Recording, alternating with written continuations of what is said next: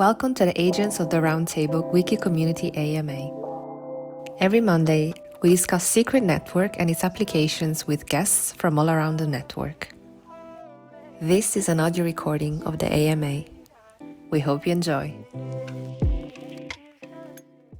So I'm kind of relying on everyone to have some questions or wanting to come on. So make sure to raise your hand if you want to, so we can have a conversation.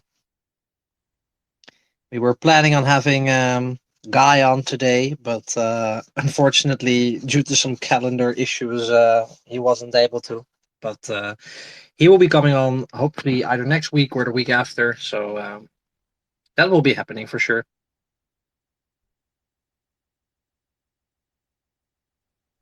Yes. Hello, Ertemann. Hello, everyone. I'll start with a question. I've seen, I don't know if you've seen the tweet of Jacob Gadikian and of integrating Juno and Secret on some kind of technical stuff that's a little bit over my head. If you could explain it better, I know you know this stuff is your playing field. So. Yeah, we actually just had a small conversation about it in the education working group meeting as well. Last week we had Asaf on and Lior from Secret Labs, and they talked about IBC contracts, and that is exactly what Jacob was talking about. So Jacob is of course the man behind Notional DAO, validator on many Cosmos chains for anyone who doesn't know, and he realized what many of us probably will be realizing over the coming weeks, that Secret Network and Juno will be the only two chains which actually have interchain contracts live. An interchain or IBC contracts basically means that if you are on Juno, you're able to execute or query a contract on Secret without ever leaving Juno, and it will be the same for Secret Network. So if you're on Secret Network, then it will be really easy to just query a contract on Juno and do some interactions. So Juno Swap, without hosting any logic on Secret, would be able to communicate with, for example, Shade Protocol. So it can become really easy for cross-chain DEX aggregation, for example. So Button Group would be able to not only have Sienna and Secret Swap as DEXs under the aggregation, but also Juno Swap and potentially Osmosis when they launch IBC contracts, and basically any DEX that comes out in the entire Cosmos ecosystem. And besides general use cases for IBC contracts like that, you also get very specific use cases which are about privacy. So Asaf explained last week that if you're on, for example, Juno, you can query Secret for a random number, or host your voting on Secret Network, and then you're able to, while you are actually a DAO on Juno, still very easily manage your assets on Secret Network or do private voting on Secret Network and stuff like that. So I guess that hopefully answers your question a bit on what they were thinking about.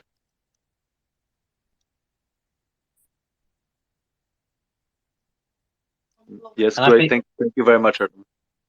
Yeah, and I think it's cool because hopefully soon many chains will have this feature available, but currently Juno is the only chain which has IBC contracts, but funnily enough, they don't have they don't have any counterparty to talk to. So what happens is they can do interchain contracts, but there's no logic or no other chain to query. And as soon as Secret Network launches it in September, then they're actually able to. So that will probably be really cool. I also say welcome to Marty and Carnage and Fisco. We're all on, so feel free to jump in. This doesn't have to be an AMA. We're just doing some chatting about Secret Network, and hopefully we have a guest on next week.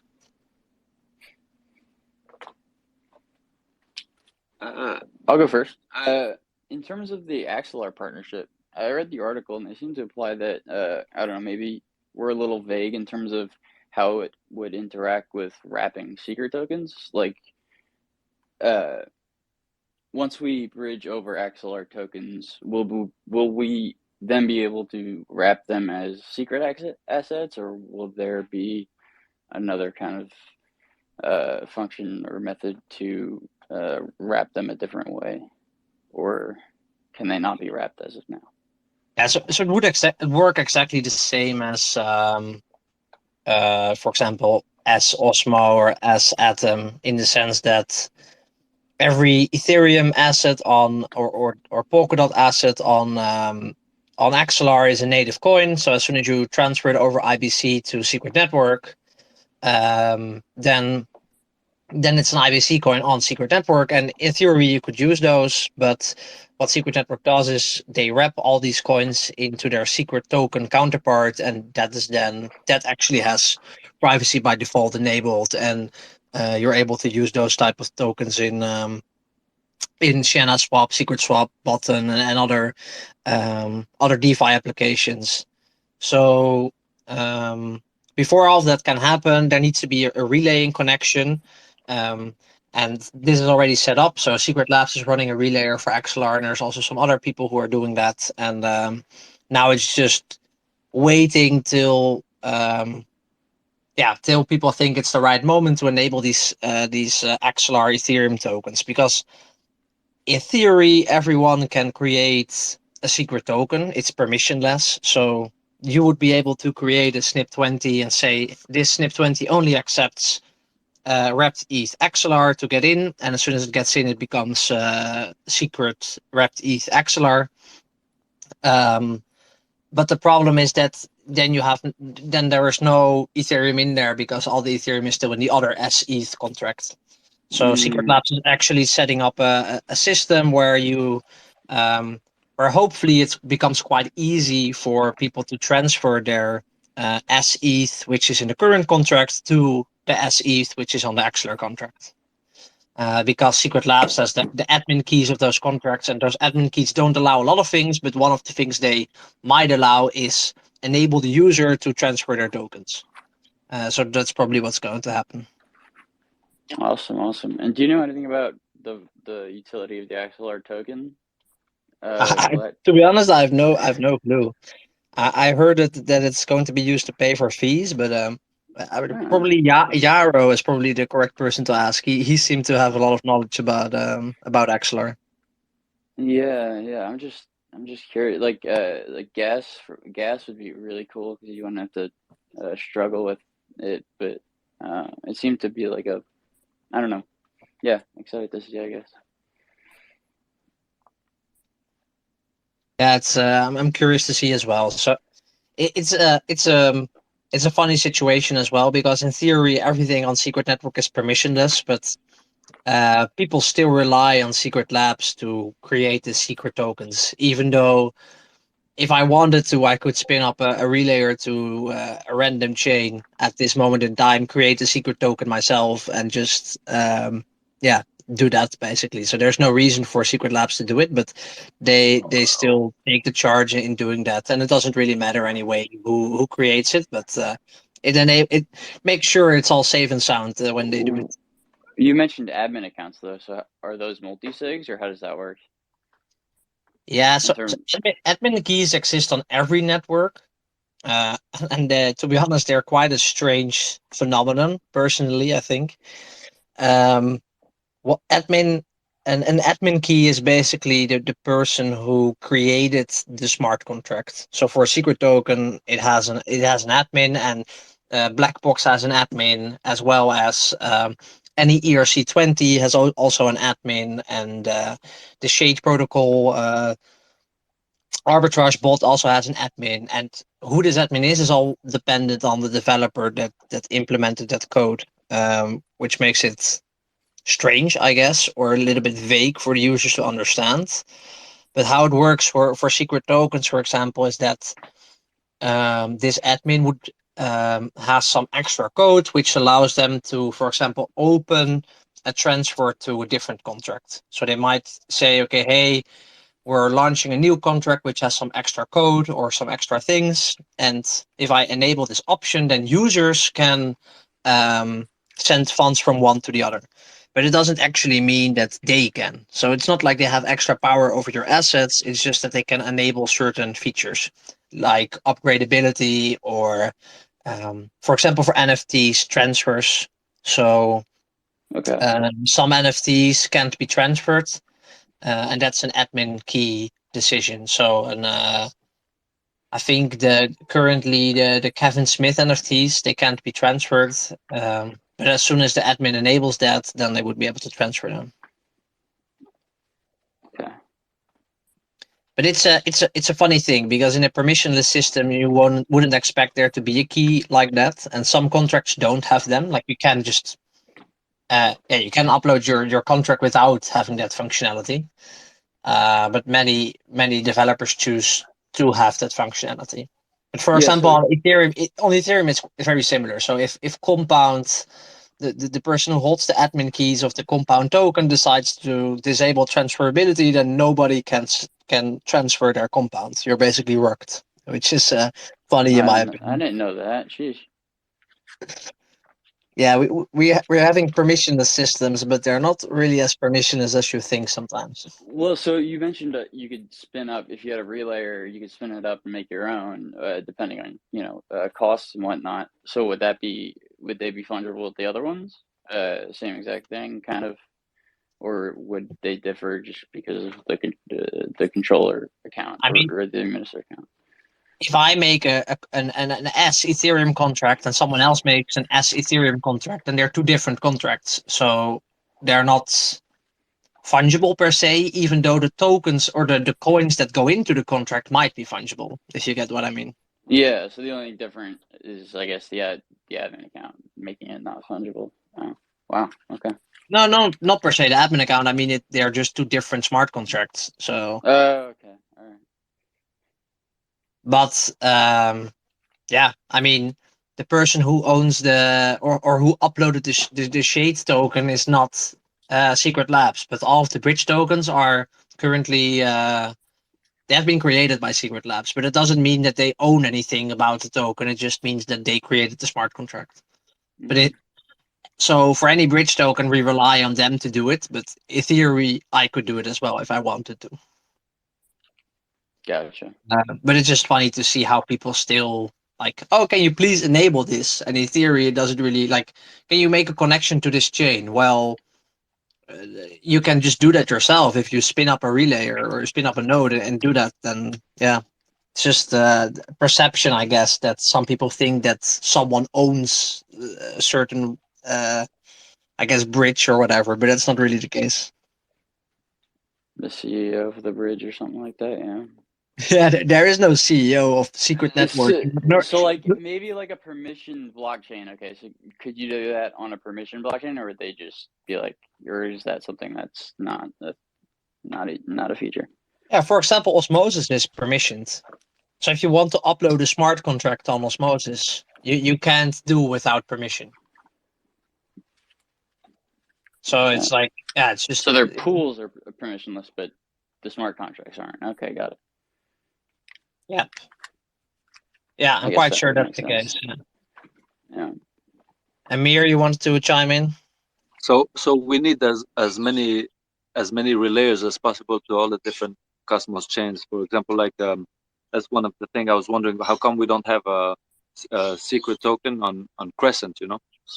So this basically the problem that we don't have the relayers to supply the secret token. Yeah, so I've been currently working with a lot of relayers or so like validators in the Secret Network ecosystem, and we actually have 5 different teams who supply the service. It's Stake Lab, which is a French team. We have Block Engine, Crypto Crew, Lavender 5, and Play Engine Validator. They are the 5 relayer teams, and none of them is running on Crescent, which is actually the reason why there is no Crescent relayer yet. A lot of the other tokens, they've been released like a week ago, I think. We basically kept pushing people to do it, and then Asaf made the tokens. But there's really not a lot of incentive for any relayer to do it themselves without getting asked, because it costs them a lot of money to run this relayer. So it's just they do this for the better of the ecosystem, but nobody's really supporting them besides maybe a delegation. So it can be hard to find these people. Yeah. So for Crescent, I think Patrick from the foundation is actually soul searching some validators to run a relayer. So if you're willing to, Amir, then feel free to to spin up a relayer and you would be able to. But next week you can expect a few more tokens. I think we managed to get 2 people, because you need redundant channels, so you need like 2 people on every connection for Injective, Fmos, Akash, and a Shift chain. So all of these tokens are coming to Secret as well. Now we just need places to use them, like Repdot or something like that. I don't think any of our exchanges. The Sienna, can you do anything on Sienna with it, or are there plans Yeah, to? I mean, in theory, Shanna is also permissionless for pool creation. It's just that their UI doesn't maybe allow the token, but this entire group who coordinates all getting these extra tokens, Sienna Swap and Secret Swap are also in there. We're trying to activate them to enable those tokens, but they always might be like a week or 2 weeks late, because they also have a lot of things to do, of course. Of course. Yes, that's what happens when you run a decentralized ecosystem. It's not as easy as, for example, Injective or Osmosis. They can just say, hey, we run this core product, which is the DEX. So if we want to enable it, we enable it and it's done. But we actually have to ask every single application, hey, can you please do it? And I mean, if they don't, then you can use it via the CLI. But I guess an interface is really needed for adoption. Mm-hmm. But theoretically, Secret Swap can integrate it and Sienna not, or vice versa, right? It doesn't have to be all or nothing.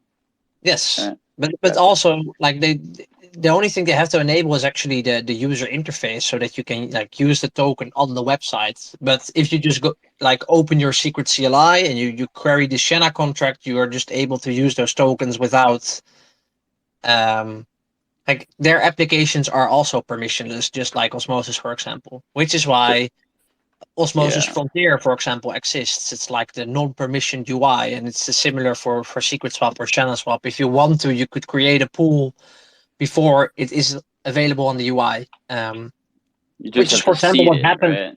Yeah, which is, for example, what happened on the launch day of the Shade token.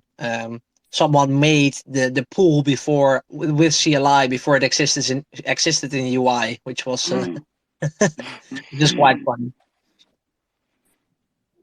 So I guess you would you'd have to seed it with a decent amount of liquidity first, which would require I don't know, being a validator.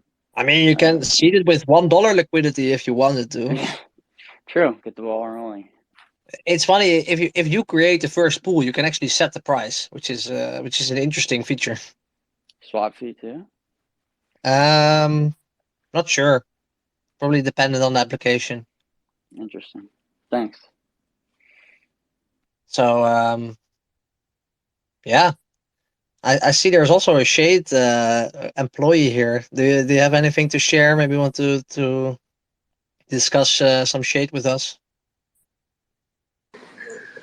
Yeah, not much to share outside of any updates that we've given other places, but we do have some things in the pipeline. Obviously, we're working on a deck, so that is kind of related to what you guys were just talking about. And then for us, bonds are finishing up in audits and launching soon next month. So if anyone wants to dig deeper into that, feel free. We can jump into that too. Yeah, the bond discussion has been crazy. I'm in the Shade Spartan chat, but it has been more than 100 messages a day with Waffle and Orjo and other people who are very economically interested besides Carter to sketch out so many different things. That has been too much to follow almost. Yeah, I'd recommend checking out our forums as well. There's some super in-depth posts that community members have put up with math and everything, discussing bond issuance. So it's been super interesting. We're going back and forth between the waffle and the bird model to decide there, and then figuring out which tokens we want to issue bonds against. So it's been a crazy time for as far as bonds go. Yep. Yeah, the whole like what pairs to release and what like volatile assets are we gonna actually match with, if any, is fascinating. And I'm curious like which side you land on that, if you are able to speak on it. Yeah, so it's an interesting discussion for sure. I think the whole team is kind of still working things out.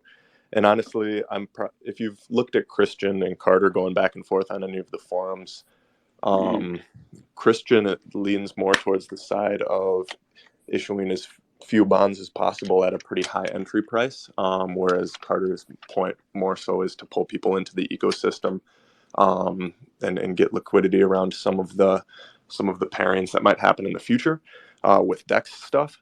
And I think personally, I lean more towards a little bit wider bond issuance between multiple tokens. These prices will still be at a lower discount than you might be able to get on a DEX, but some of the pairs and some of the bond issuances will be higher than maybe a typical bond issuance value would be, and that's just to make sure that we're getting essentially good money through certain pairs that we want of the more volatile assets. But it pulls things we need into the treasury.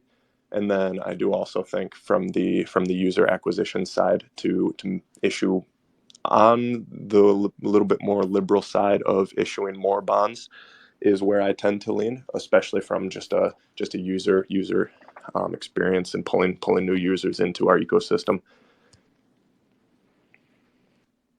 Yeah, the whole bootstrapping discussion has been fascinating. I didn't know there were so many facets to it and ways it can go wrong, without chasing those incentives, which is obviously, I think, what everybody's trying to figure out right now, how to be sustainable. So that's why I resonate with one side of the argument, but Carter's in terms of like onboarding more users in TVL away from, I guess, Osmo and the other big concentrated areas is extremely important, because like I feel like the IBC is very attached to Osmo and they won't leave it unless, like, I don't know, you really give them a reason to at this point. But I could be wrong, of course. No, it's super true, and there's also the fact of moving forward to thinking about a DEX. If we pull any liquidity for DEX from bond issuances, depending on the tokens that we pull in, we may or may not be seeing pairs with higher emissions or lower emissions, depending on what we choose to issue as far as price, and then what tokens we'd accept for bonds. So that's a part of the equation as well. And it's an interesting conversation with Shade Protocol, because obviously we have so many applications that are in the pipeline. So we have to be consistently thinking about how each of the applications affect other ones that are going to be showing up down the line. So all of a sudden you pull in these multiple relationships and it gets really complicated. You guys have your work cut out for you. Holy crap. I didn't even think about Keeps like us all busy. the protocols down in the pipelines, that have to synergize well.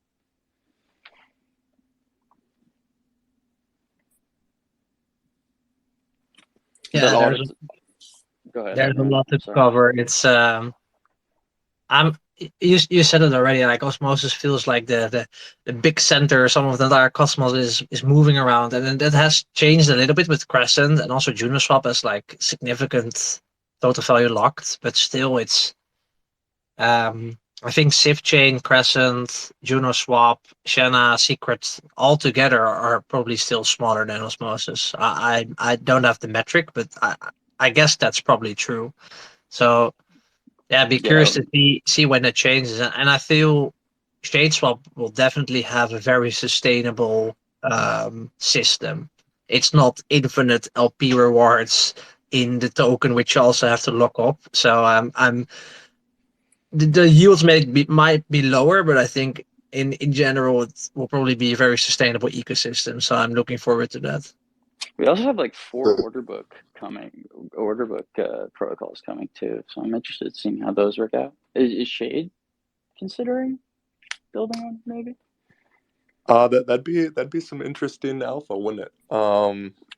Yeah, that's That's all I have Interesting. to say there. Okay.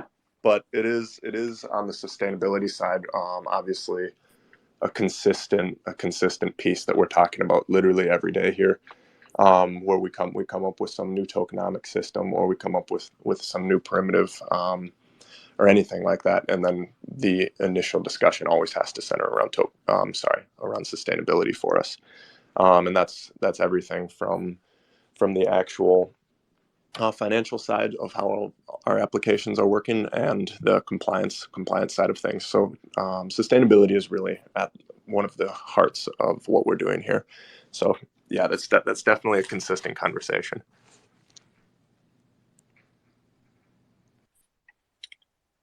There was Yes, an interesting I am. topic recently. Sorry, Emir. There was an interesting topic recently on Shade about the arbitrage going outside the Shade swap only, and going on other AMM on secret, and maybe outside the secret network. So the whole Cosmos ecosystem. Do you have more information, or maybe some alpha to share here today? Yeah, actually, I'm in the office. Let me pull our ARB expert in to talk about that, if this is going to be a little bit better information. But yes, long story short, we do. I'm actually going to run out and grab him. Give me 1 second. Sisson is joining. Cool. Okay. Damn. Funny thing on your comment, by the way, Carnash, is that some people in Annan's chat actually suggested Secret Network to start arbitraging other chains. Because to highlight that Secret That's Network has nice. no end. I've got Because- Sisson in the room with me here. What's up, everybody? Hey, Hey, welcome. Thank you. Carnash, Thank you. Karin, you want to ask your question again? Yeah, so I was just happened to have a really interesting topic recently on the Shed Telegram about going outside just Shed Swap for arbitrage. Just wanted to have more information and what you could share about that arbitrage outside Shade Swap. And I really like the token accrual model that this could bring to the Shade holders. Yeah. So the plan for arbitrage outside of Shade Swap, originally, the initial version of Sky was going to include only cycles within Shade Swap, where a cycle is just a loop between token pairs that starts and ends in the same currency. That's really the only requirement needed to execute an arbitrage transaction, is that you start and end in the same currency. And even that is a little ambiguous depending on how you calculate your profitability. But that's just the initial assumption that we were running with for Sky. And so that's possible within one DEX. If there are multiple pairs, for example, you could have an arbitrage cycle that goes from Shade to Secret, Secret to Sienna, Sienna to and then Sienna to Shade. And all of those pairs are separate, so you can have it all within one DEX. We expanded upon that idea by including other secret network DEXs in our cycles, and this has trade-offs, where the benefits are that you now have access to more cycles, and the negatives are that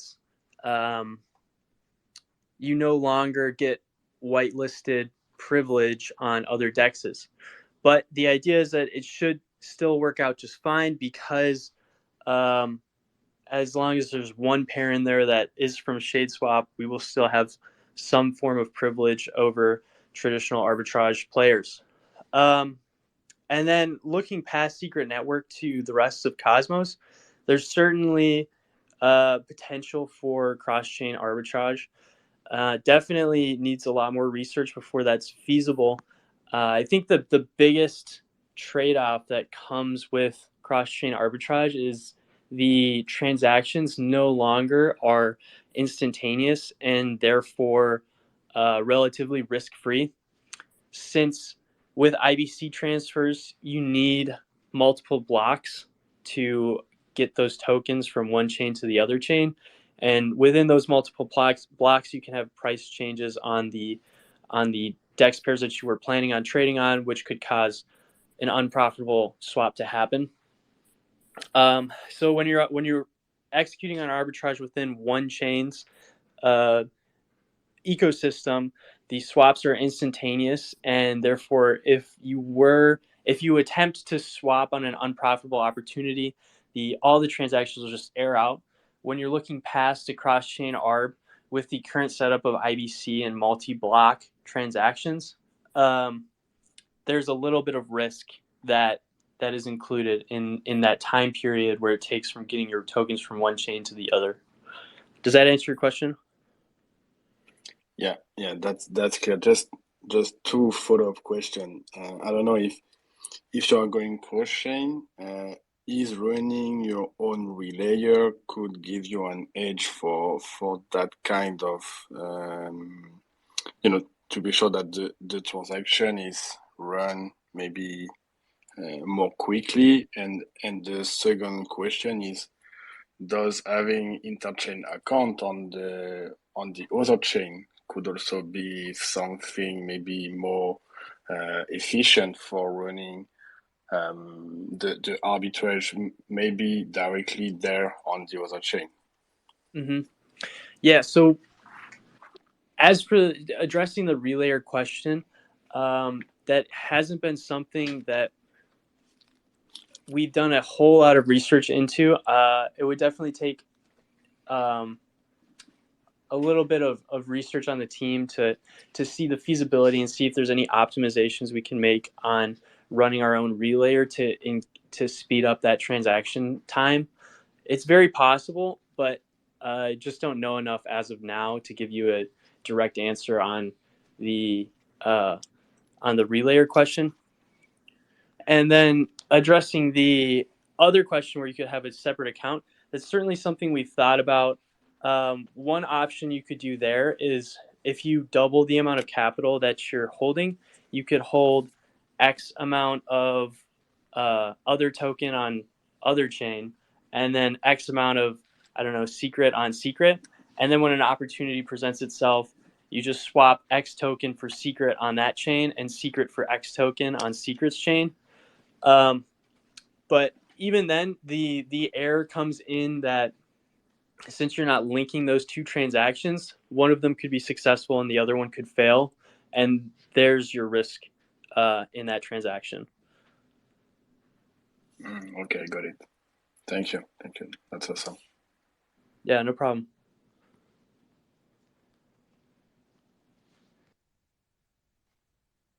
You're really making my job very easy here, then, just answering all the questions.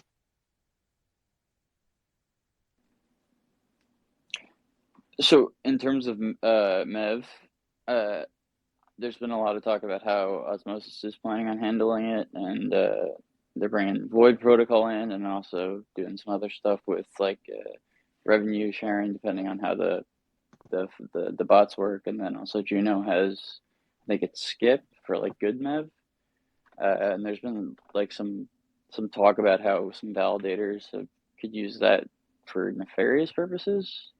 Could you speak a little bit on that, if you know anything of it? Yeah, I don't know. This entire MEV discussion is so weird to me, because people are calling things MEV, which are definitely not MEV. As in, the name MEV stands for minor extractable value. So that means that if you are in the process of producing blocks, whether that is actually because you're mining or because you're validating, dependent on proof of stake, proof of network, proof of work, that you can sort of do things with the data you get, or reorder transactions to benefit yourself. And I guess the most easy example of that is if someone on Ethereum, for example, does like a big swap, people can sandwich attack you. So they're able to put a transaction in front of you and a transaction behind you and profit of the arbitrage, basically, that you create by doing your big swap. And this is basically making your swap more expensive, and therefore it's bad for people who are using the network. And then on Cosmos, the difference, I guess, is that there is an instant finality. So as soon as one block passes, the block is finalized, and a block is only 6 seconds. So if a validator wants to do this, then they have to be the person who's actually proposing the block. You can only do MEV if you are the person who's proposing the block and not the one who is signing it, because in the Cosmos SDK, not every validator is proposing every block. It's dependent on their voting power.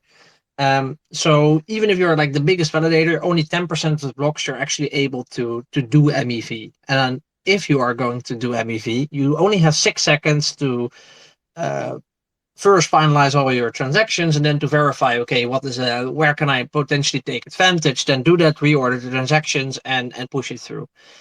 So MEV is already quite difficult on Osmosis, on Cosmos in general.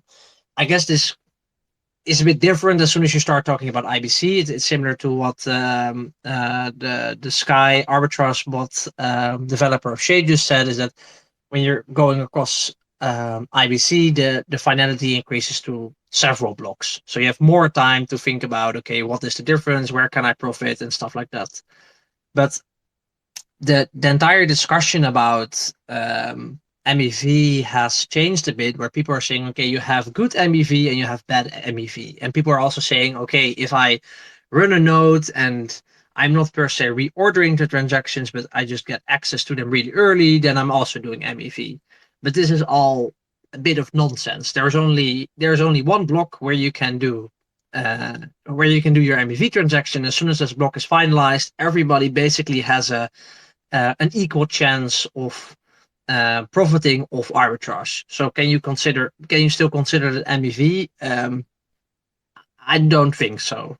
So you could basically separate it as in two things, where you have bad MEV, which is just MEV, and then you have good MEV, and that's not actually good MEV, it's just arbitrage trading.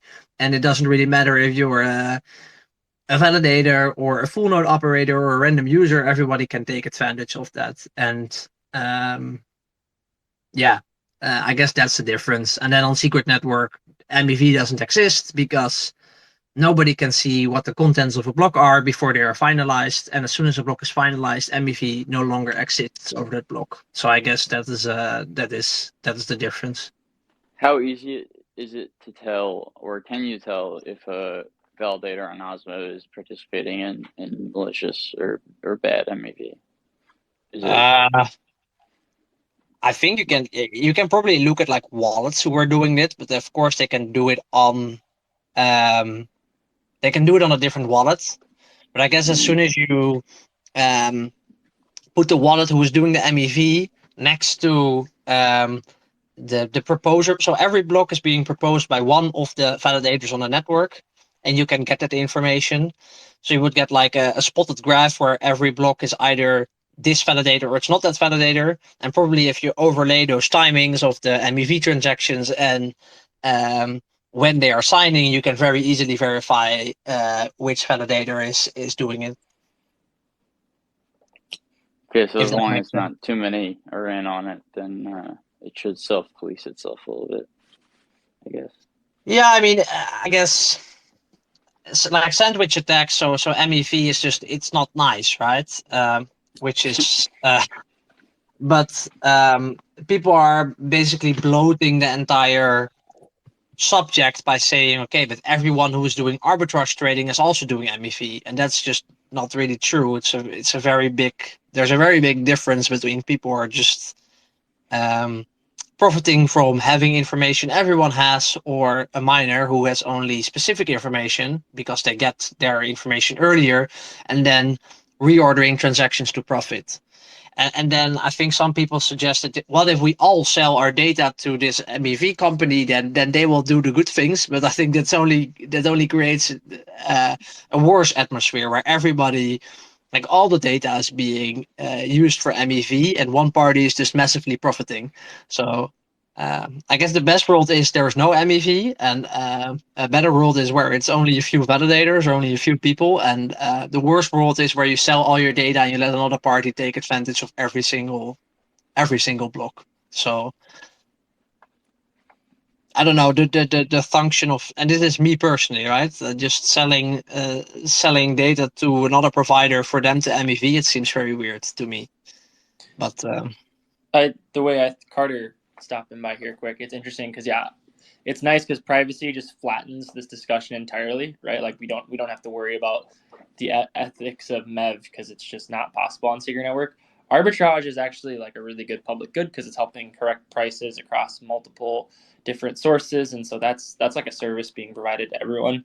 And then MEV, it's just interesting to see people kind of shift the categorization of it, and I feel like the ethical line that's being towed is this train of thought that's like, oh, MEV's gonna happen no matter what, so let's try to like auction it off and make something that we can extract value from for the protocol, so it's not as extractive from users. But at the end of the day, users are still getting front run, right? Like they're still having a worse trade experience no matter how you slice and dice it when we talk about MEV. And so it's just interesting to see the narrative get framed. Like just slapping the word good in front of the word MEV is just, it's like a round of applause for everyone that's managing to pull off that little like mental gymnastics. Yeah, I noticed Jacob like he didn't raise a fuss about it for pretty much what you just said, it being kind of like a slippery slope in terms of I don't know, comes like an arms war kind of. If you want to give one protocol access to the information and then another one has it, it's like, where does it stop? When it comes to that, I guess it just has to be privacy if you want zero MEV. Yep. yeah, I guess Osmosis is trying that, right, with threshold consensus. So that means that their mempool is encrypted up till the moment that consensus is reached, which basically means that they don't have privacy on their chain, but their block is private until it's final. So that means, by theory, there is no MEV. But they're still trying to I guess solve this puzzle and see if it works in practice. And it would be really cool if they do manage that. And for now, I guess having your trade on secret will enable that you don't have any MEV, or you don't get front run at least, which is a good thing, I think. The thing with threshold level encryption is let's assume there's some amount of value that can be extracted in the form of dollars, right? And like the more valuable something like Osmosis becomes, the more that extraction value increases, right? And so all it takes is enough validators understanding the economic incentive to break threshold level encryption for that attack to eventually happen. So like threshold level encryption, it's a great solution until the incentive to collude is greater than the incentive not to collude. And there really isn't much of an incentive not to collude outside of ethics. And the whole point of blockchain is to create technology that says, oh, like I won't do that, but instead it's creating technology that says I can't do that, right? So I applaud the ability to engineer and make it more likely for people to say I won't, but ultimately privacy makes it so that everyone can collectively say you can't.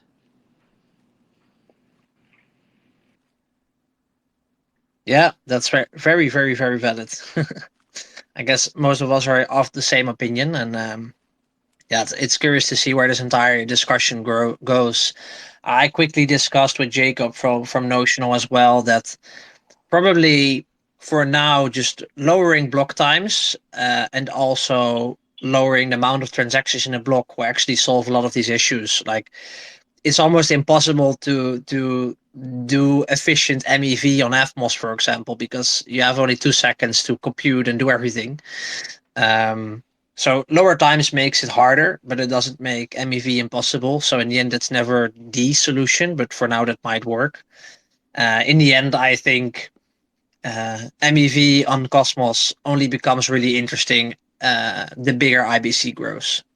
At a certain point, when IBC contracts are standard and You can MEV a DEX aggregator, so you can see every transaction that comes out of a DEX aggregator and just front run it. That would be would Oh become God. quite a difficult scenario to to avoid. But we'll see Yeah.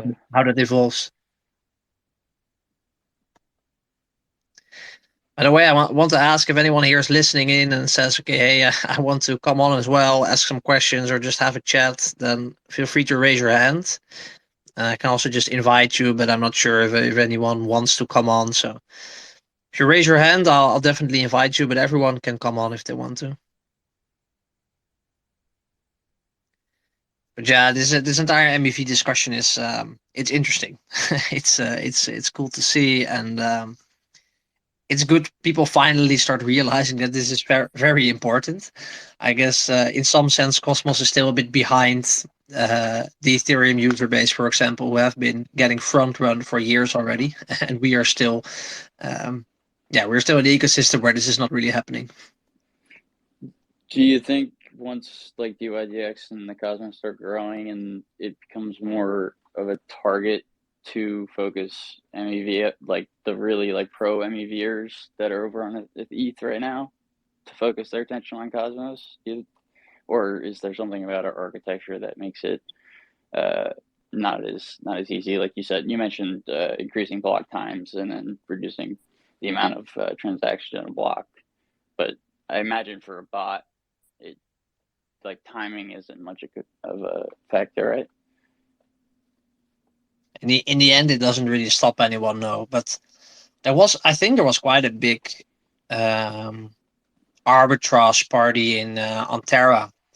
And arbitrage is, of course, a little bit different. I'm not sure if they were also doing MEV there.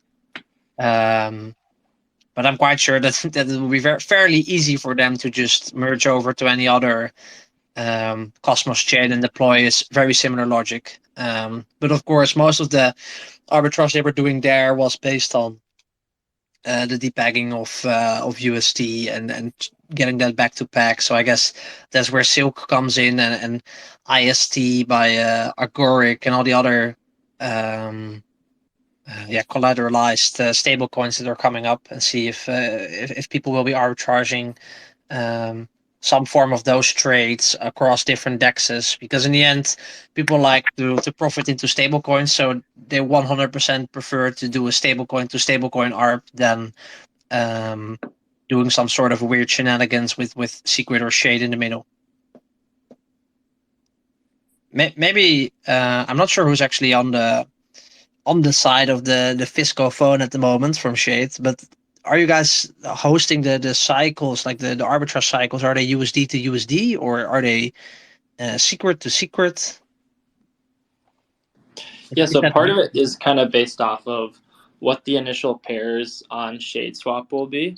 I will say it's actually like there's a couple of reasons why it's actually slightly sensitive information what the initial pools will be, because it's like tied to some like very distinct strategy decisions in terms of having the DEX be competitive. But what I can say is that a lot of the ARB will probably be routing through Silk and USDC is my guess with where things are headed between DEXs, I should say.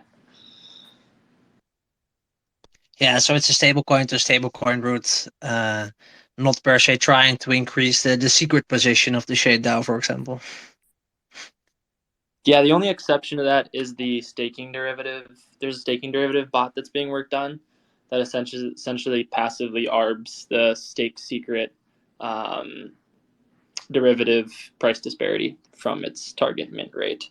So then the nominal secret position of the DAO will continue to grow over time, and so it'll be arbing like once a day during a 21-day cycle, or maybe even more frequent than that, and just constantly correcting the price of the derivative, which means on DEXs, the staking derivative will have far more accurate pricing and tighter alignment with the minting price, which is good for users that want to sell.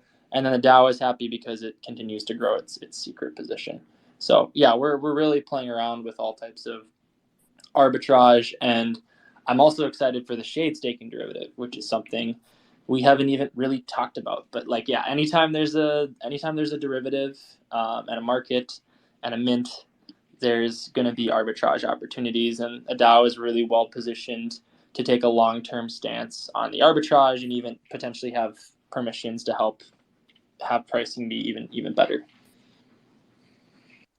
I don't really like that there is an ARB bot coming for that derivative. I've been thoroughly enjoying buying that at 5% discount and then getting some more secret back, but we'll see.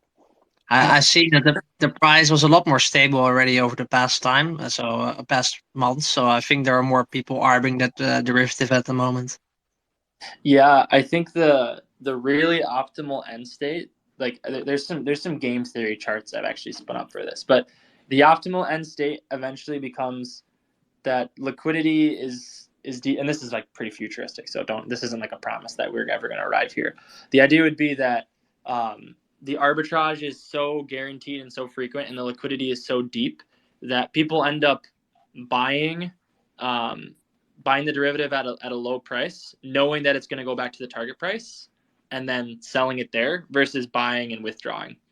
Like, you essentially create a world where the arbors don't ever actually have to do the 21-day withdraw, because people are essentially, there's so many speculators trusting that it's going to go back to its target peg that it removes the opportunity of arbors to like essentially buy it and then withdraw it, which is like that's pretty end game stuff, and you'd have to have a lot of users and a lot of people doing it at that point. But the advantage is, if you ever reach that game theory matrix, then the supply of stake secret and the amount of secret never shouldn't really decrease over time at that point, because people are essentially speculatively buying up price disparities and holding it, as opposed to speculatively buying it up and like locking in 21-day arbitrage.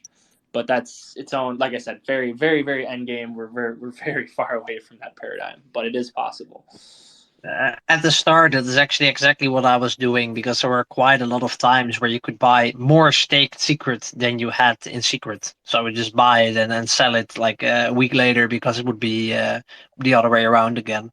But now it doesn't seem like there are very big fluctuations. I think a few weeks ago, someone sold like a huge bunch, and I think it went to like 85 cents or something, but it's only very temporary. So yeah, it's curious to see that evolve. The more people want to take charge of some of that arbitrage, the closer it gets to pack, and the less revenue there is to make for any particular person anyway. Yeah, and another nice part will be is, I guess Dalton's not in the room. There's only I can tease this. We'll just say there's probably going to be a more capital efficient curve for derivatives. So yeah. As in a curve on a DEX. I'm interested to see what kind of pool that will be, but I think Shade is a normal DEX, right? It's just in the sense of similar to Uniswap. In terms of what's publicly known right now, correct. Yeah. Okay. So just for anyone else, there's also a balancer-like DEX coming, which is called Polymer. So there will be different options, which is cool.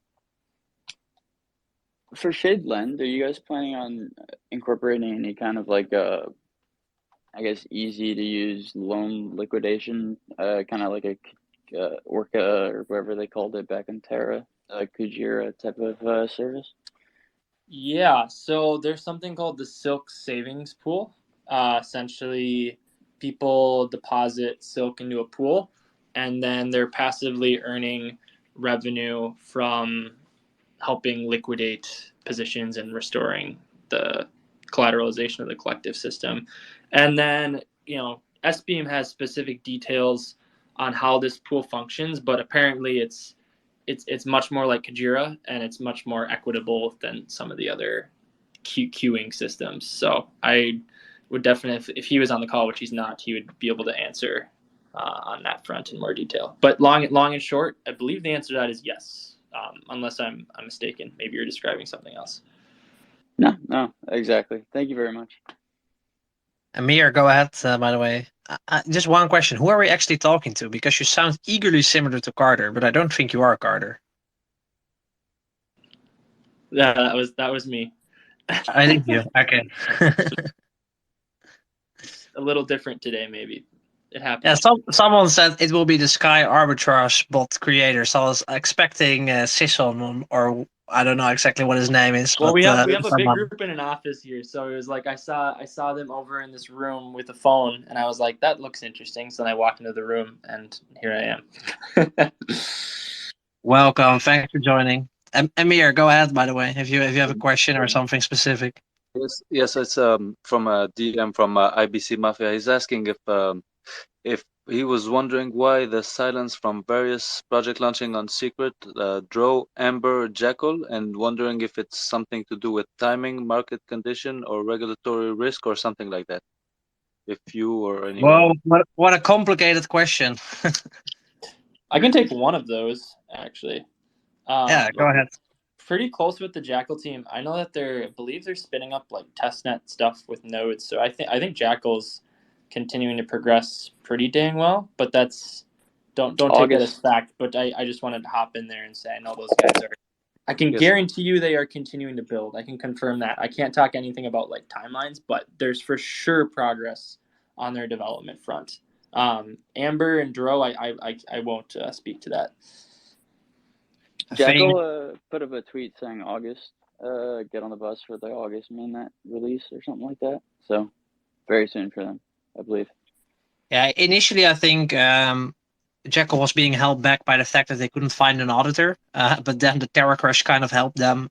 They were running a testnet as of now, so I'm expecting them to launch before fall, at least. And then Amber had never really given out any specific announcements. I think some of the button group team might be close to what they are doing. I'm not exactly sure who's working on it, but yeah, they will announce one day. I think they're still working on it. It's not particularly funded by a grant or anything.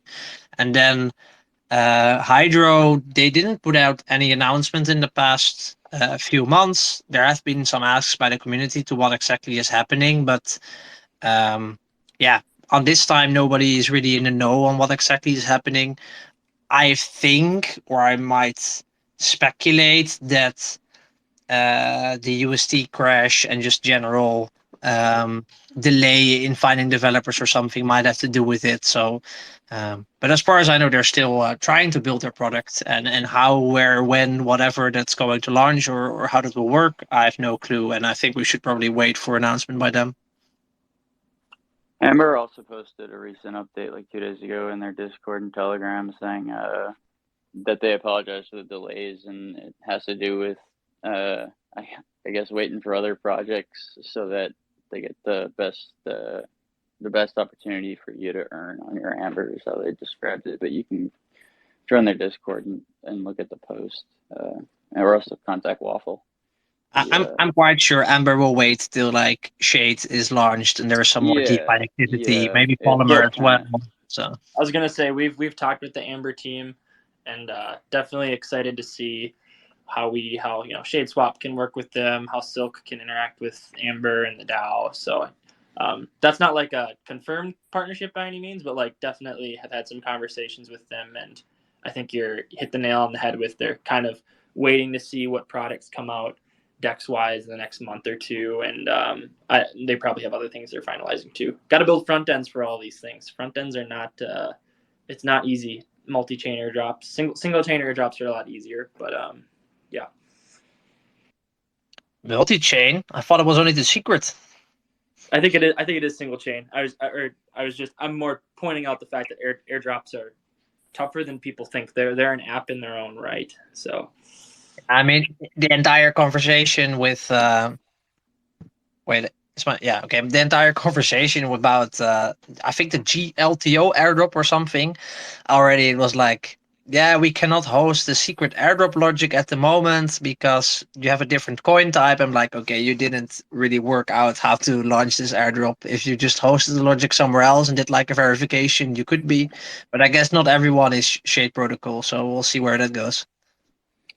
Doesn't Osmosis have like a automate like Uniswap or 1inches, like Merkle airdrop type of thing? They could just never mind. Doesn't matter. Yeah, but the thing is that all of these Cosmos chains are on the same derivation path, so that they have the same coin type.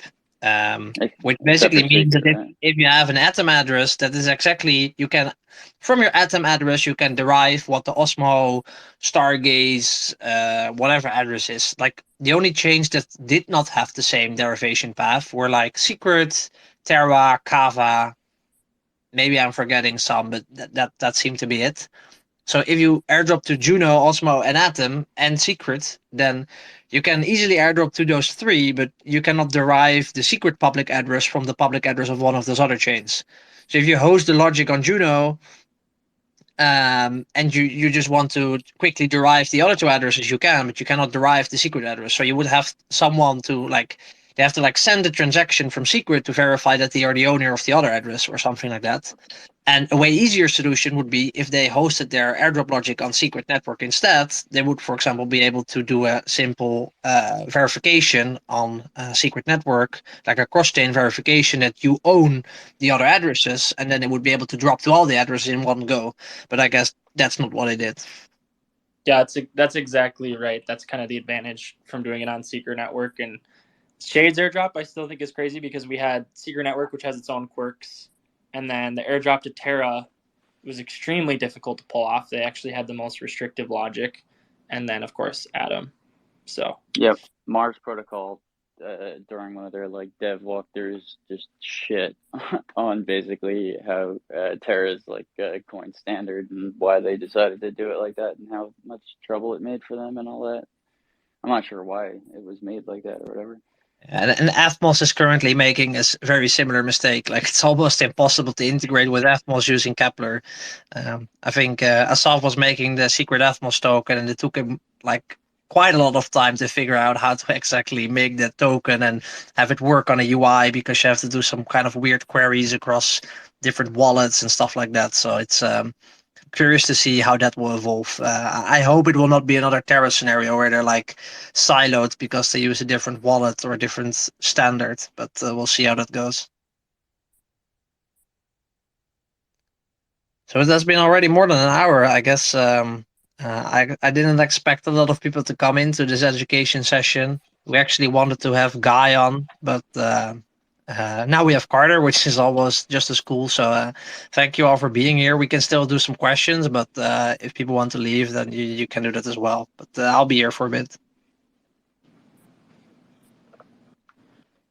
Ooh, I have a question.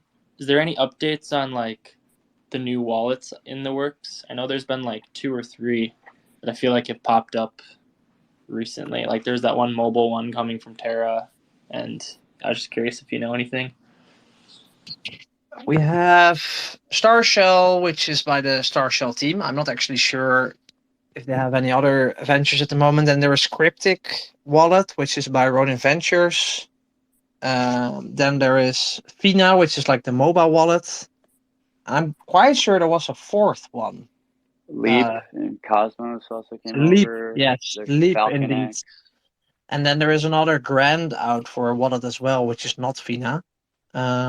But I think the closest will probably be Star Shell or Cryptic Wallet. I think they're both intending to have like a testnet in fall, but it will probably be still quite some time before they launch. We're gonna Star go Shell? from like one wallet on this network for the last 3 years to like 7 over the course of like 6 months. It's 2 just got denied some interesting grants too, which is the funny part. But yeah, Star Shell beta launches or should be out in like they released a tweet a couple days ago, but I think it's just like testing it, like a browser extension right now. But yeah, that's pretty soon. Yeah, I guess everyone is just waiting for mobile. Like I don't think I will be using it, but in the long run, it's just needed. I think it would be really cool for Silk Pay to have a mobile wallet. I think that's almost like required, but we'll see how that goes. Yeah, definitely agreed. The wallet discussion has come up more than once, but SilkPay as an app definitely is where like the vision is for that thing to get mobile one day because it's such a powerful thing, and of course at that point you need a wallet. So which wallet, whose wallet? That's a whole different discussion. I imagine like getting that incorporated with the Apple Store must be. I don't even know what kind of hoops you got to jump through for that. I guess. Yeah, well, we're out here hula hooping, so we're already kind of used to it. That's true. Yeah. If anyone wants to come on, by the way, and have a chat with us, then please feel free to. You can just raise your hand, and I'll add you to the speaker list. I think we just got someone on. If you want to ask something, go ahead, or just have a comment. Hey, hi guys, can you hear me? Loud and clear. Sorry, I might be having problems with my internet. Can you guys hear me at all? Yes, I can hear you. Okay, sorry, must be on my end. Hey, I just had a question. Does anybody know in the secret side of things, like what was happening with Hydro Finance? I just put out like a small statement. I'm not part of your team, so I don't exactly know. But as far as I know, they're trying to figure out, basically trying to get an announcement out. And what exactly that announcement is, I don't know. But they're still building their application. Where, when, how that will launch, I have no clue. But their team is still active, trying to build out the application. So we probably just have to wait for them to make an announcement and what it will entail. Don't think we get a lot further by speculating on how exactly that will happen. So yeah, best is to probably just wait. Oh yeah, I was just kind of wondering if anybody else. I know I don't want to speculate, but just wondering if anybody else had any rhyme or reason on why it's been so silent over there, and maybe could fill us in. Yeah, I'm not sure as to why exactly it is silent, but it might be related to funding or getting VCs or just ironing out exactly what they want to do. I did know they wanted to do a lot with UST, which is of course no longer possible. So that might be a big factor into why they delayed certain announcements or doing something else. But yeah, truthfully, probably best to wait and see what they come out with an announcement, because I'm quite sure they're not gone and still trying to build out the application they intended to. Well, they were Okay. promising to revolutionize DeFi, so it might take a little bit longer than usual. Yeah, I know. I know it was a pretty Think. lofty task that they were trying to spearhead. So I was just wondering. I appreciate your guys' comments and jumping in on that. Thank you. Yeah, I guess the difference is that some applications have like a lot of funding or a lot of things already ironed out, and then they start to market. And I'm not quite sure what exactly that was for Hydro, but it seemed like they were still getting some extra funding and VCs and stuff like that. So if that was not ironed out before they launched, maybe, yeah, it's really a question. But I'm curious to see what they come up with, because their white paper was very interesting. I'm curious to see how that product will be in the end. But I'd expect at least Polymer Finance and Shade Swap to launch before Hydro. That's probably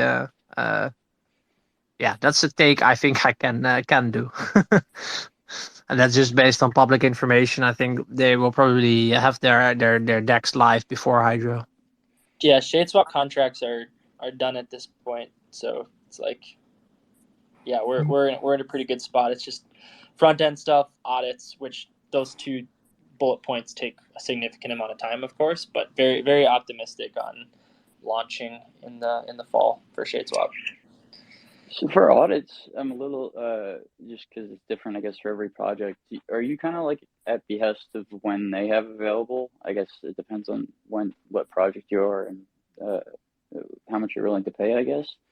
But are they like busy most of the time and the queue is backed up? It's mostly like you got to give them. So the way it works is they scope the contracts and the complexity of them, and then a servicing agreement gets spun up, and then they kind of give you a, hey, we can start on this date, right? So the key to audits is just like factoring it into your launch runway. The hard part is you can't really get an audit until you feel like contracts are completely done, right? Like you don't want to, like the auditor, if they come in and you're still a work in progress, then like they can't really scope it. So the whole thing really does add on an extra, I would say, like 4 or 5 weeks, like depending on the complexity of the contract. But I'll say this, like Certic has hundreds of devs. Like that company is freaking massive. So like they're a well-oiled machine with how they walk through audits. They're super, super good. And yeah, no, the complaints, it's not really Certic's fault. It's more like our contracts. We should be developing contracts faster, I guess, to be able to account for audit timelines. But everything in due time, right? You gotta do things the right way. Of course. Hey, excuse me, Carter, but speaking of like timing, obviously like Shade Bonds will be a little bit delayed. Is there going to be like an announcement, because a lot of people are also asking about the airdrop all the time. The time, I don't know for some reason why they cannot stake Shade yet, but they're still asking this. It was supposed to be it was announced for the end of July, and it's clearly, so is there going to be like a formal announcement with this stuff? There definitely will be. Pretty much we had slight unfortunate timing where two of our front end developers took essentially, well, it's two things. we had the audit go timing wise go a little longer than expected, and then two front end developers had pre-planned vacations as well. So it's been like two of those factors impacting the timeline at touch, but very very optimistic about mid-August, and there definitely will be an official Twitter announcement when we have that airdrop date locked in and the bonds launched locked in. And part of the complexity of the front end is we're not launching bonds as a standalone website. Like, you're going to go to shadeprotocol.io, there's going to be a portfolio page, there's going to be the staking derivative page, and there's going to be the bonds page, and all the different wallet integrations. The landing page will be integrated, and there's also going to be a learn bar tied into all the different app experiences. So this isn't just like a simple product launch. This was like a complete overhaul of the UI UX and unifying across the different primitives and setting up the template so that as we add in new apps in the future, it's just going to be like plug and play into the front end now. Whereas before it was like staking derivatives was on its own page, airdrop was on its own page, and then we were building bonds. So we definitely sat down as a team and had a hard discussion about like timeline setting, because like we did make a mistake on setting timelines, and that's definitely on it's a cross between communication between the marketing team and the development team and the audits, and there's a lot of different moving parts. And so we're tightening up our internal controls and processes to make sure that timelines we give in the future are more accurate. So definitely regret giving the optimism around late July. I mean, mid-August is not that terribly far away compared to late July, but it was a learning experience, and we'll continue to grow and be able to provide more accurate timelines to the community. So I imagine the Terra DPEG also kind of fucked timelines for everybody in the ecosystem. That kind of froze us for like 2-3 weeks to just like reassess life, I guess. Yeah, what is happening now? Yep. Kind of thing. Yeah, it's a fun experience to see 70% of your assets wiped out in a few weeks. I was at a conference when this entire depegging and crash happened, so it was really really interesting to see how the crypto people at a conference cope with this. Like, some people were just on their laptop, like staring at it basically the entire day, and others were just laughing their ass off because they weren't invested. So it was a curious time, and indeed I feel like a lot of people took like a breather for 2 or 3 weeks, and then at least in secret everyone came back really really strong. So everyone is like full building mode at the moment, which is cool to see. Imagine being Osmosis and like seeing your TVL just fucking plummet and then have to go back and look at it again the next. At least we didn't have much TVL. Yeah, and then 2 months later you host your own conference and your chain halts while you have the conference. Yeah, that's bad timing. I love Osmosis, but yeah, that's sucky. It was crazy. If you look up there was like Masari analytic reports on Osmosis pre Terra crash, and the UST Luna pair was like insanely popular, and so was all the UST pairs. So I give props to Osmosis for bouncing back, because I think it was the top like 4 out of maybe 7 pairs were UST and Luna related pairs. So they lost like a crazy amount of trading volume and liquidity in the crash. It's tough. Yeah, there's like a time lapse of like DEX, TVL, and liquidity, and Osmosis has a meteoric rise as soon as they institute all those pools, and then boom, right back. I mean, a lot of them went down when the Terra depegged, but yeah, kind of crazy to think about. I guess just a big problem with this entire Luna depegging situation was that there were actually a lot of people who were taking profits left and right because they were expecting a lot of things and was like, yeah, we have to make sure that Teams and Osmosis and every other protocol can keep going, and we will pull against stablecoins because that's more safe.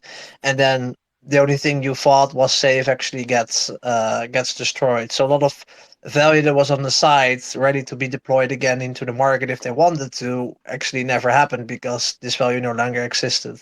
And I think that It's was like the just dry powder.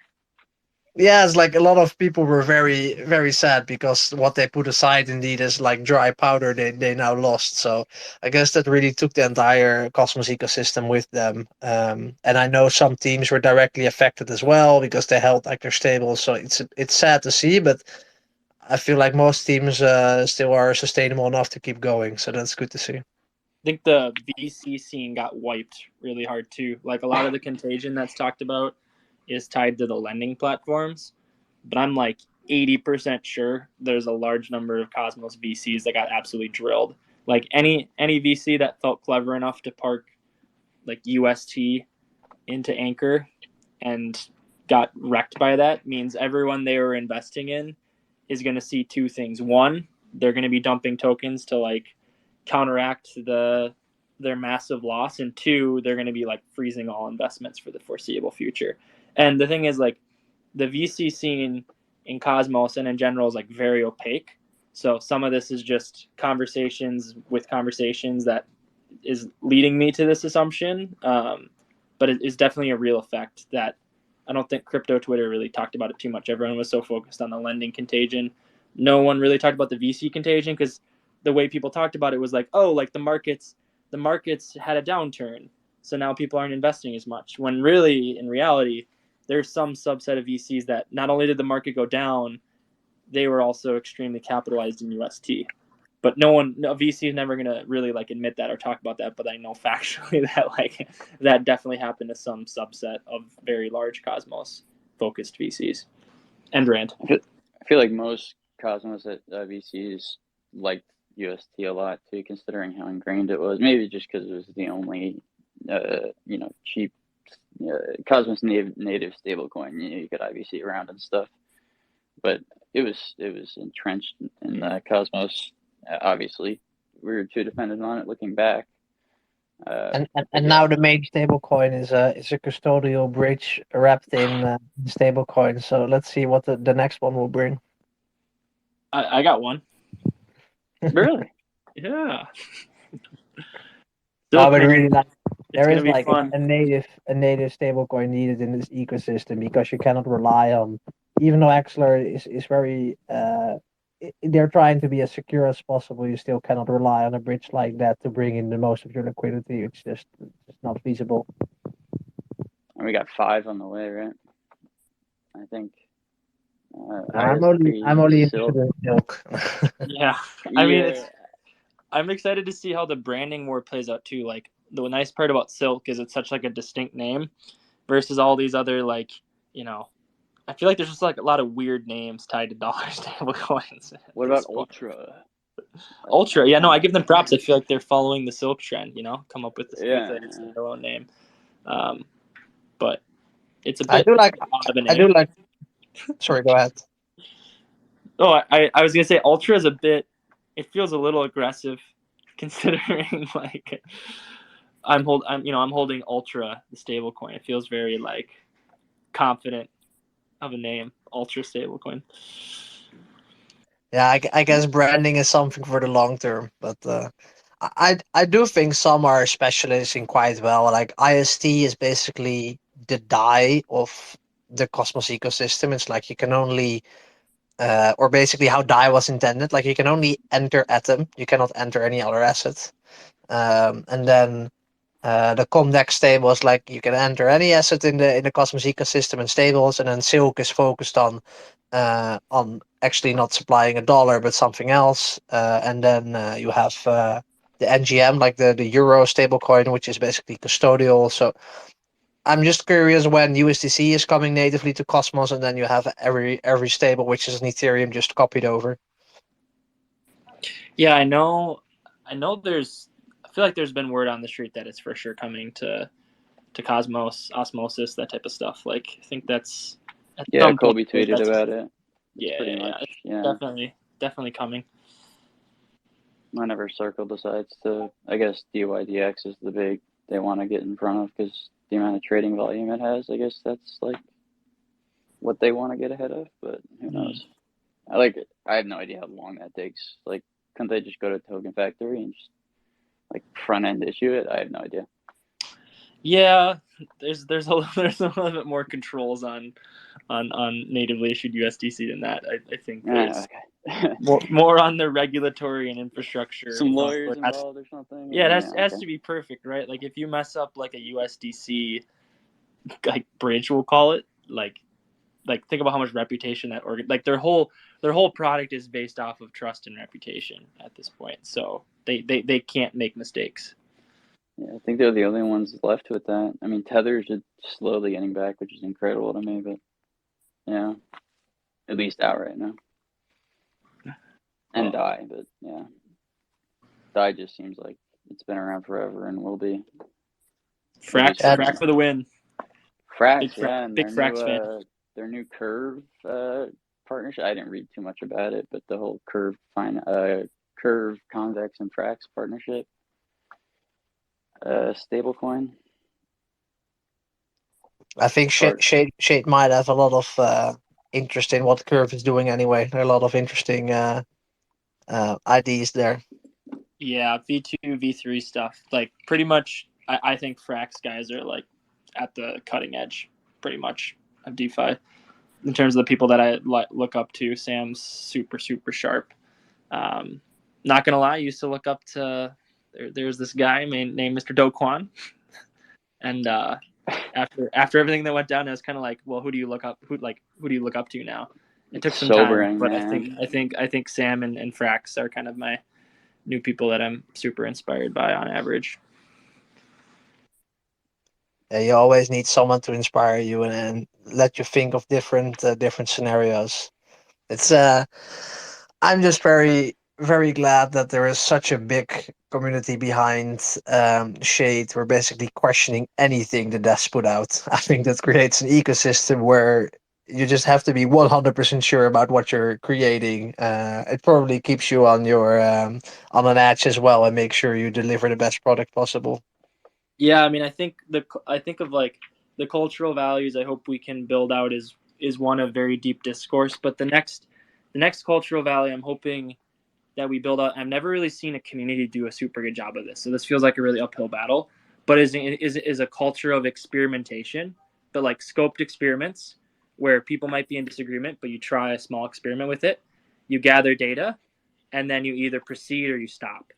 I think one of the dangers of having just a purely discourse-based community is there's always going to be trade-offs to nearly every decision, right? And just because there's trade-offs doesn't mean that actually isn't a good direction to go.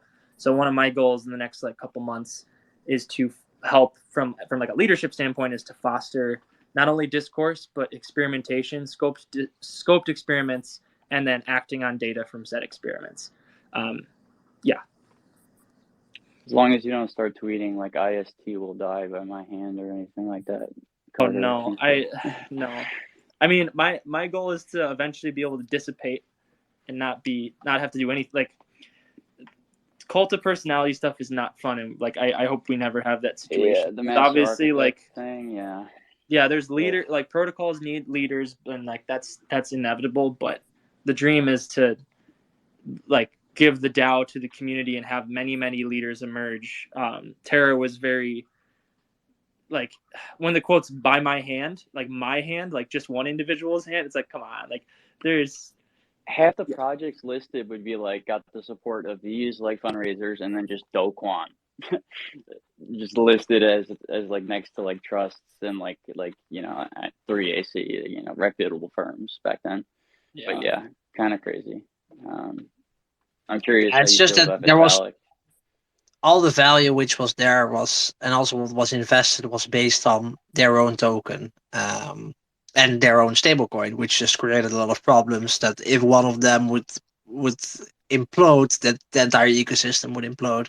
And of course, they were kind of relying on the fact that that wouldn't happen, but it still created a weird system because, yeah, I mean, if you had any Luna, you could basically sell them without ever actually selling Luna. You could just mint UST and just keep the UST, or you could even buy more Luna, and then there was like really not there was just not enough downside pressure, I guess, which created some, which made it so that some people think it was only Ponzonomics, but it's just the entire ecosystem relied too much on the stablecoin and basically of the relied too much on the value of Luna to fund their entire ecosystem, which was a bit scary.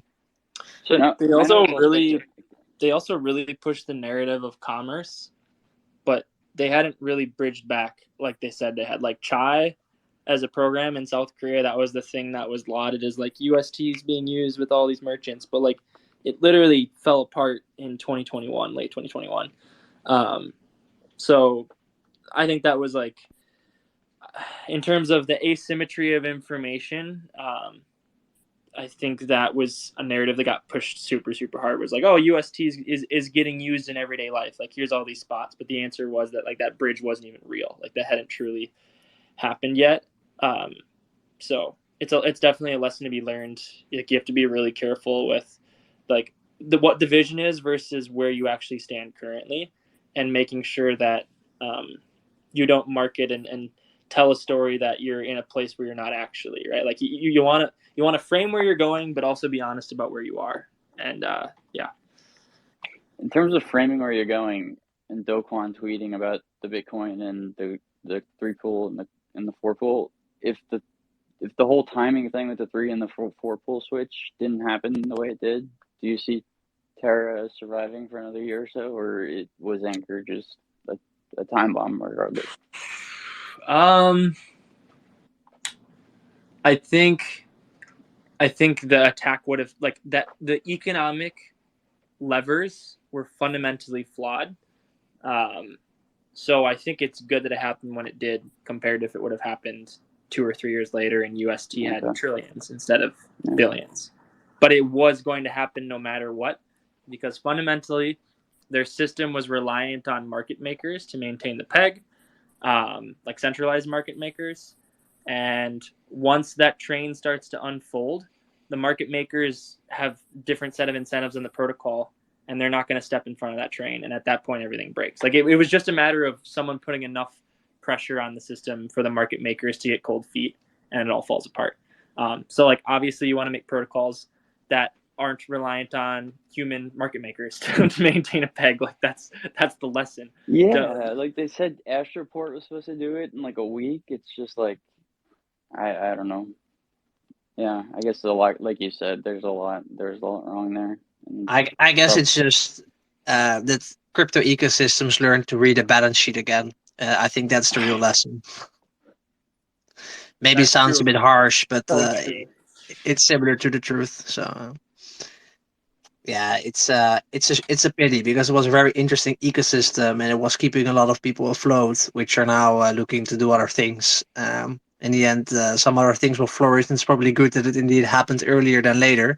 But yeah, it's just a shame that it had to collapse. But there were some good lessons learned there in general, and I think if there is one project which could learn the most from it, it's probably Shade. So yeah, that's good for you guys.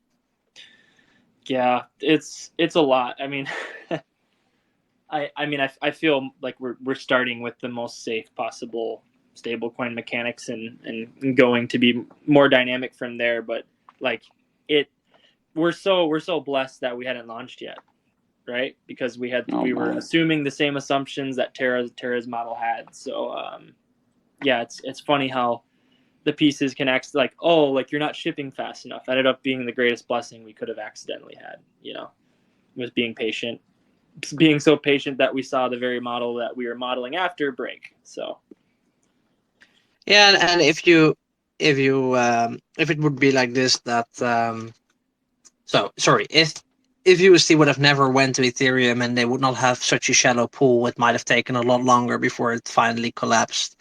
So I guess the that's for sure one of the main takeaways from the entire ecosystem, that is, you need more liquidity if you're going to if you're going to have an arbitrage product, you need to make sure that just selling enough to drop the liquidity on one side is not enough to break the entire product, which is, I guess, a good lesson. Yep. Too much, too fast, too soon is like, is it really growth if it's not sustainable? You know, that's like, that was my biggest takeaway. Like that growth wasn't even real because it was going to unwind eventually. So what's the point of growth if it's not sustainable? I mean, yeah, Terra was Anchor was like Terra for all. I Yep. mean, they had fantastic teams, but if you look at the numbers, it's Anchor.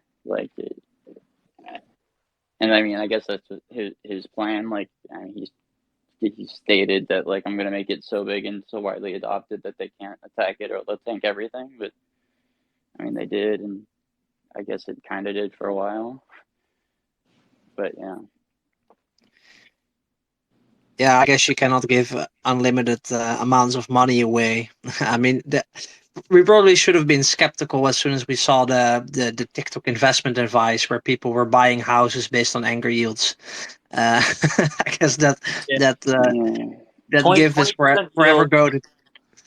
20% yield is the red flag. Like Non-variable, yeah, non-variable. And then like if you think about risk-adjusted return, pretty much like the risk that made, I don't know, there's so many different variables that, but yeah, that should have been everyone's biggest red flag is what stable investment offers 20% APR as a long-term, more than like 1 or 2 month like promotion. And I know they had plans to wind it down, but clearly it was not soon enough. You had all those businesses that would just like promise yield and then put that, like, even if it's just like a different stable, swap it for UST, put it in Anchor and not say a word.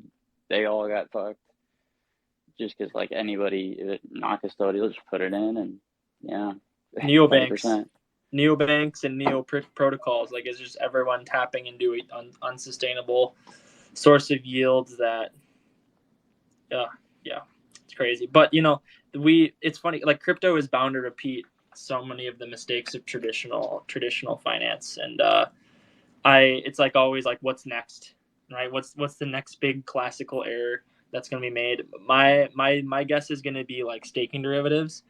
I think like derivative markets are super dangerous, and like specifically as it ties to the security layer. So I think what's happening on Lido is like literally the biggest sleeping black swan in crypto right now. But isn't their governance token kind of like in some kind of weird bout, or it's in danger of getting centralized right now? Oh, it's gobbling up just an insane amount of ETH to the point where they can start to directly impact consensus potentially, and the amount of like front running they're capable of, because they own a huge percentage of the validator infrastructure, not validator, like the mining and the infrastructure. It's the cartelization of the security layer, because it's in the form of a service that's so convenient that people are like, oh yeah, let's centralize all of our ETH around these service providers because, hey, I get a derivative, right? That's useful. But the risks that are coming with it for the protocol are really scary. So that's my prediction, that staking derivatives that aren't regulated by the protocol itself are the ticking time bomb for some protocols out there. I don't know which ones. Lido seems pretty sketch. That's just my prediction. Well, their token is getting bought up by massive amounts to try to counter props that are trying to like limit their holdings, which is the scary part. And they came close a few days ago. The bias stake is very simple. That at this moment in time, Ethereum proof of stake is probably less decentralized than any Cosmos chain, which is quite scary. But we'll see how that evolves. I can take one more like comment by one of you, but then after that, I really have to start winding down this session and leave as well. We've been half an hour over, but it's been nice. So anything left to say? I thought this was a 24-hour session. I mean, I can leave it on and you guys can keep going. I can add you as a comment. No, I'm just messing with you. I was messing with you. Yeah, really appreciate your guys' time. Thanks for letting me hijack. Thank you, Fisco, as well, for he's just been chilling here. Carter. And lots of fun chatting with you guys. Yeah, I guess I'll end it off with this. We are here every week at Sorry, it's 5 UTC. We're every week at 5 UTC, which is 1 p.m. Eastern time, and it's 7 o'clock Central European time in the afternoon. So feel free to join in next week. We were actually hoping to have Guy Siskind on today, but that ended up falling through. We'll probably have him on in 2 weeks. Next week, I'm not quite sure what the guest is, but we'll have one for sure. Just talk a little bit about the secret ecosystem, Cosmos, or DeFi in general. So I hope to see you there, and thanks for tuning in. Hey, thanks for having us on, guys. Thanks, guys. Thank you. Room Thank in you the all. Goodbye. shade. Yeah, see y'all, guys. Thank you for being here.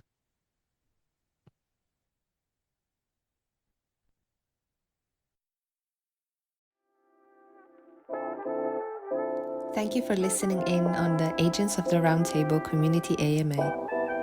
Follow us on Twitter at secret_AOTRT and every Monday at 7 p.m. UTC in the Secret Network Discord.